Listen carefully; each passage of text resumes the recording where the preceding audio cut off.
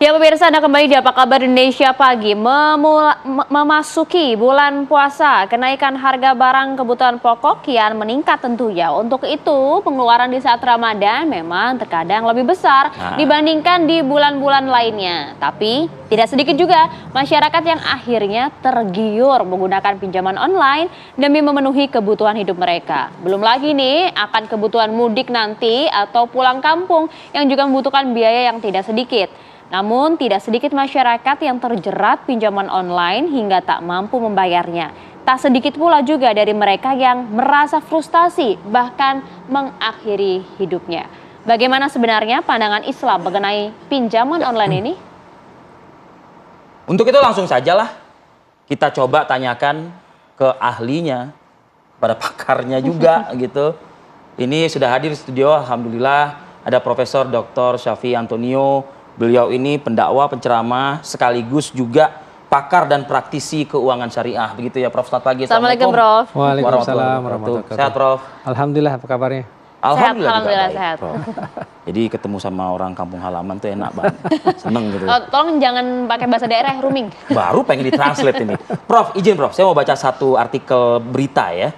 Ini per Februari, Satgas Waspada Investasi atau SWI, Otoritas Jasa Keuangan atau OJK, menemukan 85 platform pinjol ilegal atau naik ketimbang tahun atau bulan sebelumnya berjumlah 50 pinjol ilegal. Modus salah transfer menjadi salah satu cara pelaku pinjol untuk menjerat korban. Modus baru lagi nih, Prof. Ya, jadi pinjol online ini merupakan satu fenomena yang harus kita waspadai. Benar. Adanya kebutuhan dari masyarakat, memang ada dua, ada kebutuhan produksi, ada kebutuhan konsumsi. Kalau sesungguhnya kebutuhan produktif, misalnya untuk buka warung, untuk catering, untuk usaha. Dalam artian modal itu. Dalam artian modal itu sesungguhnya masih bisa dibenarkan. Karena sejatinya ini adalah pinjaman jangka pendek. Waktunya kadang-kadang hanya beberapa minggu, demikian juga hanya 1-2 bulan. Dibenarkan meskipun ini pinjaman online? Pinjaman online yang legal ya. Oh, yang legal. legal. Yang ilegal apapun tidak boleh. Siap. Oke. Jadi kita bicara yang legal dahulu. Kalau yang ilegal itu udah masuk ranah pidana. Oke. Jadi ditanyakan tentang motif ya. Karena ada kebutuhan, needs di situ. Ada need di situ, maka orang pergi kepada pinjaman online. Ada pinjaman yang nanti peer to peer, ada lagi nanti ke perbankan. Nah, pinjaman online ini dimanfaatkan oleh orang-orang yang tidak bertanggung jawab. Di antaranya adalah penyelenggara pinjol ilegal. Nah, ini memang dari tahun ke tahun angkanya itu naik terus. Oke, misalnya di tahun 2021 itu yang ditutup itu mencapai, tadi 2020 maaf, itu yang ditutup mencapai 800 lebih. Tahun 2020. Aplikasi berarti ya? Aplikasi ilegal. Yang ditutup tahun 2021 itu mencapai sekitar 600. Nah, tahun ini itu kurang yang ditutup sekitar 155. Jadi yang tadi Mas sampaikan itu merupakan bagian. Jadi ada 800 yang ditutup, ada 600. Ini berarti kan ribuan. Iya. Kenapa orang datang ke pinjol walaupun itu ilegal? Pertama, ada kebutuhan yang mendesak. Tadi ya. Banyak sekali teman-teman kita itu butuhnya itu hanya 1 juta, 2 juta, dan memang itu adalah ranah yang diberikan oleh pinjol ilegal ini. Kenapa orang datang ke pinjol ilegal? Karena memang cepat dan praktis serta tidak perlu jaminan. Nah, ini yang membedakannya dengan lembaga keuangan dan perbankan. Pertama, ada jaminan. Yang kedua, ada BI checking. Demikian juga ada persyaratan-persyaratan yang pastinya dia tidak bisa memenuhi. Nah, pinjaman online ilegal ini itu membabat habis semua syarat-syarat ini. Dia hanya dibutuhkan KTP sama kakak. Nampak menjadi solusi padahal. Nampak menjadi solusi padahal itu adalah menjerumuskan. Kosmetik gitu. Oke. Nah, jadi karena prosesnya begitu mudah, prosesnya begitu cepat, jadi ini merupakan sebagai satu way out, sebagai satu solusi bagi mereka. Nah, Ramadan ini mereka itu didorong oleh kebutuhan untuk mudik, kebutuhan untuk memenuhi gitu ya, tren Prof, ini. ya? Jadi sesungguhnya motifnya itu kadang-kadang kurang sehat. Mudik itu kan ada dua. Ada ingin membantu keluarga. Oke, kalau membantu sanak saudara, ada yang sekolah, ada yang sakit, itu bagus, mulia.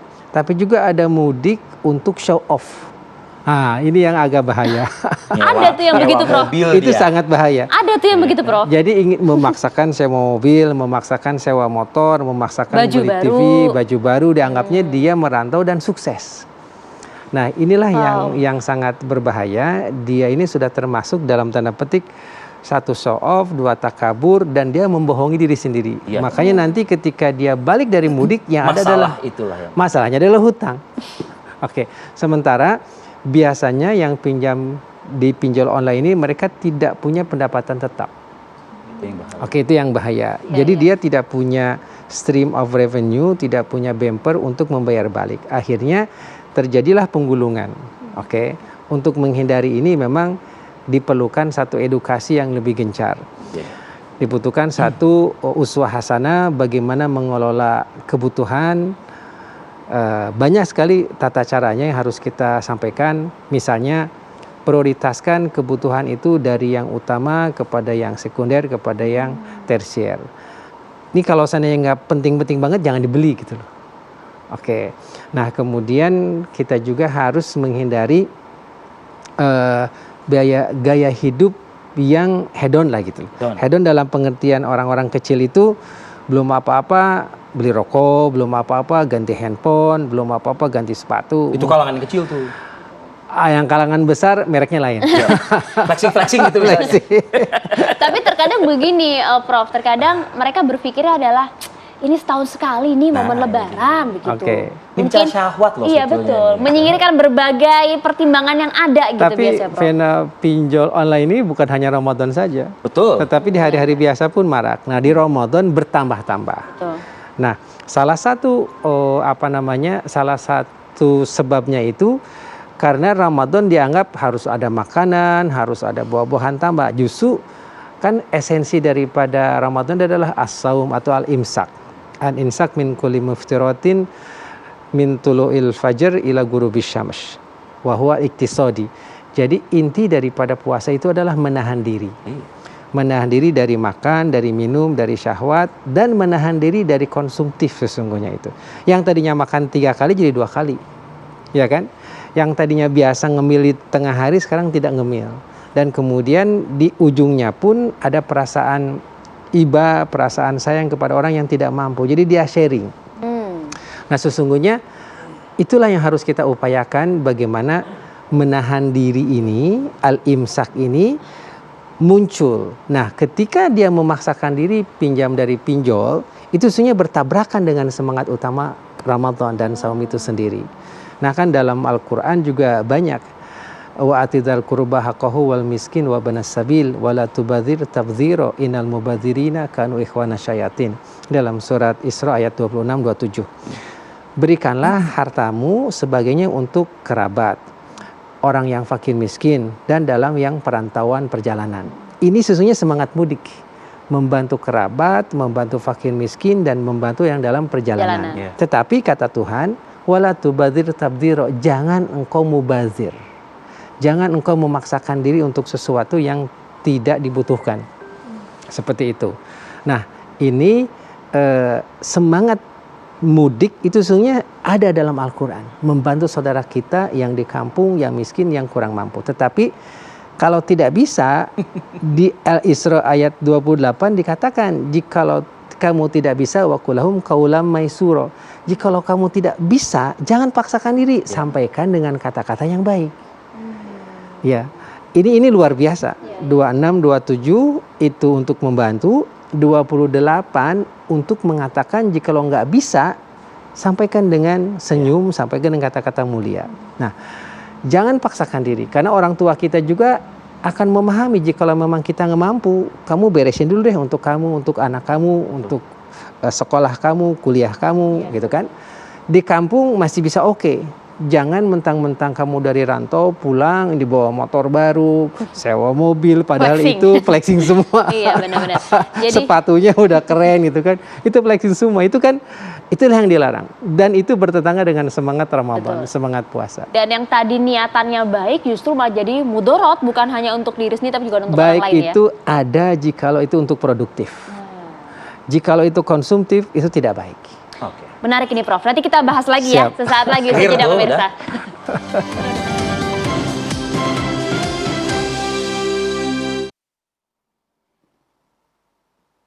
Ya, kembali lagi di Apa Kabar Indonesia Pagi, masih bersama dengan Profesor Dr. Safi Antonio. Prof, Ya. sebetulnya bagaimana cara masyarakat ya, terutama mungkin umat muslim saat ini yang tengah khusyuk menjalankan ibadah Ramadan, tidak terusik ya dengan yang tawaran-tawaran seperti itu, apalagi kalau misalnya udah ada tawaran seperti itu, muncul tuh kan, wah ini akhirnya saya bisa mudik dong kalau kayak gini kan gitu. Karena sudah ada modalnya, meskipun itu menyesatkan juga ujung-ujungnya buat dia. Banyak institusi-institusi baik itu pemerintah maupun swasta sudah menggelar pendaftaran mudik gratis dan lain sebagainya. Artinya kan sebetulnya banyak cara lain gitu ya. Oke. Cara yang paling baik, kita kan ingin Ramadan ini ingin mensucikan diri. Mensucikan hati, mensucikan harta. Jadi kalau saran saya, kalau kita dapat uang yang nggak jelas dari mananya, oke. Pertama, jikalau itu adalah pinjol ilegal, oke, jangan dibalikin. Karena ketika dibalikin kita harus mengisi aplikasi, mengisi data. Nah, ketika mengisi aplikasi, mengisi data, nanti akan disedot semua data kita, di scam. Foto kita, kemudian kerabat kita, semua ada di dalam handphone kita tuh akan diambil. Nah, yang paling baik kalau kita dapat biasanya itu ratusan ribu aja, maksimum 1 juta gitulah. Lebih baik disodakohin aja, jangan dimakan. Disodakohin karena ini uang yang tidak jelas.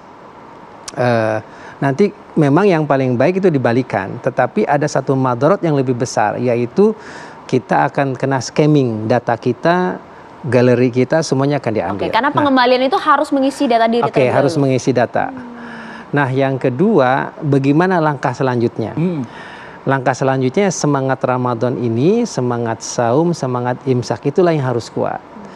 Menahan diri dari konsumsi yang belum waktunya, menahan diri dari sesuatu yang mungkin ini terlalu mewah buat saya, ada yang lebih butuh di kampung, orang tua, adik, kerabat. Cara yang ketiga adalah kalau terpaksa banget kita harus pinjam, carilah yang legal. Carilah yang legal dan carilah yang syariah, jelaskan. Kalau yang semangat dengan syariah kan ya. Nah, kemudian kalau sudah kita terjerat dalam pinjaman, ada beberapa strategi.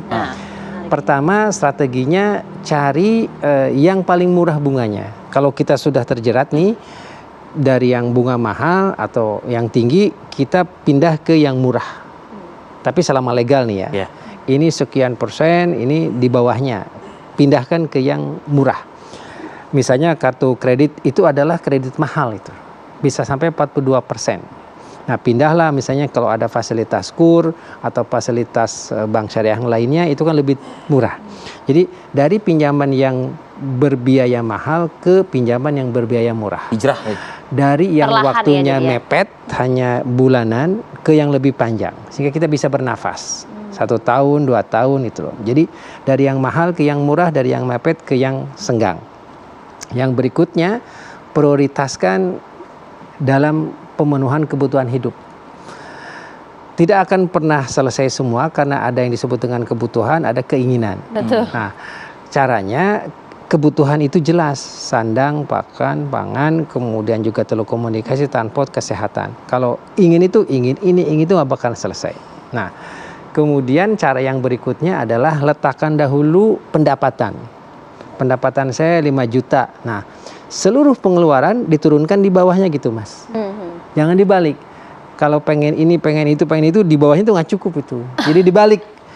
Saya jadi sesuai dengan budget yang ada. Pendapatan 4 juta atau pendapatan 10 juta atau pendapatan berapapun di atas dulu tuh. Saya pendapatannya cuma 4 juta. Saya pendapatnya 5 juta. Udah segitu dulu. Berarti makannya, telekomunikasinya harus cukup. Gitu, berarti kalau makan di restoran nggak boleh sering-sering, sekali boleh. Kalau enggak itu ngabisin semua. Nah, telekomunikasi, saya, istri, anak masuk gitu, ke transportasi gimana. Nah, usahakan juga yang paling bagus itu kan di situ ada komponen membantu orang tua. Komponen harus menabung. Kalau komponen mudik juga masuk di situ. Nah, jadi mudik itu jangan dibebankan 1 bulan, tapi dibebankan 1 tahun gitu loh. Nah, itulah namanya financial planning, perencanaan keuangan. Ya semua juga harus pakai ilmunya. Tuh ya. Harus pakai ilmunya. Kalau nggak pakai ilmunya nanti error. Jadi saya ulangi ya, mudik jangan direncanakan dalam 1 bulan. Tapi harus dilaksanakan dalam 1 tahun. Nah, ketika 5 juta ditebar dalam 12 bulan, insya Allah cukup. Walaupun gaji kita itu 15 juta, tetapi ingin itu nggak bakalan cukup.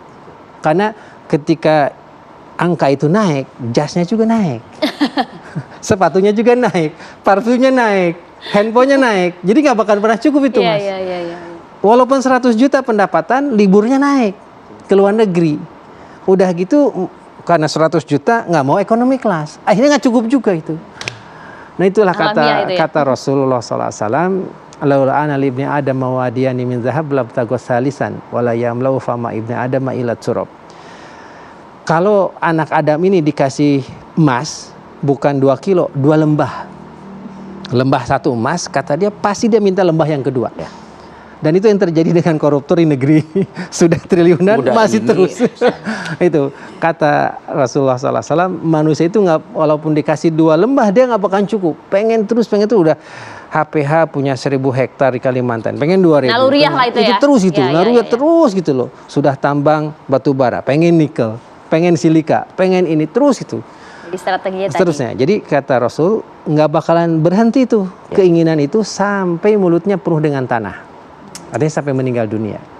Nah, jadi memang kalau kita punya income berapapun tidak dikontrol oleh semangat saum, semangat menahan diri, itu nggak bakal pernah cukup. Itu dia, Nah, menarik. jadi dari yang mahal ke yang murah, dari yang pendek ke yang panjang, prioritaskan. Nah, kemudian upayakan menutup pinjaman itu dengan mitra dengan saudara atau dengan kerabat yang tanpa ada bunganya. Ketimbang sama orang yang justru nggak kita kenal. Yang Betul, lebih seperti kenal itu. ya. Oke, Baik, insya menarik nih. Allah. Jadi nanti Clear. pulang dari mudik langsung tuh prioritasin Oh, nabung. pulang dari mudik? Pulang dari prioritasin nabung untuk mudik tahun depan gitu, Vi. Oh ya, kalau nggak cukup untuk mudik dia ya bener itu. Bulan pertama sampai bulan 11 siapin, bulan 12-nya Iya, baru mantap mudik gitu ya, Prof ya. Sip. Terima Siap. kasih banyak Prof Sama-sama. Safi Antonio, luar Makasih, Prof. biasa. Sama-sama. Pencerahan untuk kita Alhamdulillah. semua. Hati-hati Jadi, dengan pinjol ilegal pokoknya ya.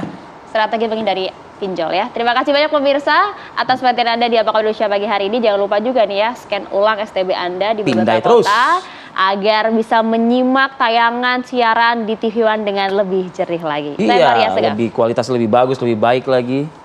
Udah? Nggak ada? Ya udah kalau kayak gitu. Kita tutup ya, saya Maria Segaf dan Arif Fadli pamit. Kita jumpa lagi esok hari. Sampai jumpa. Jumpa.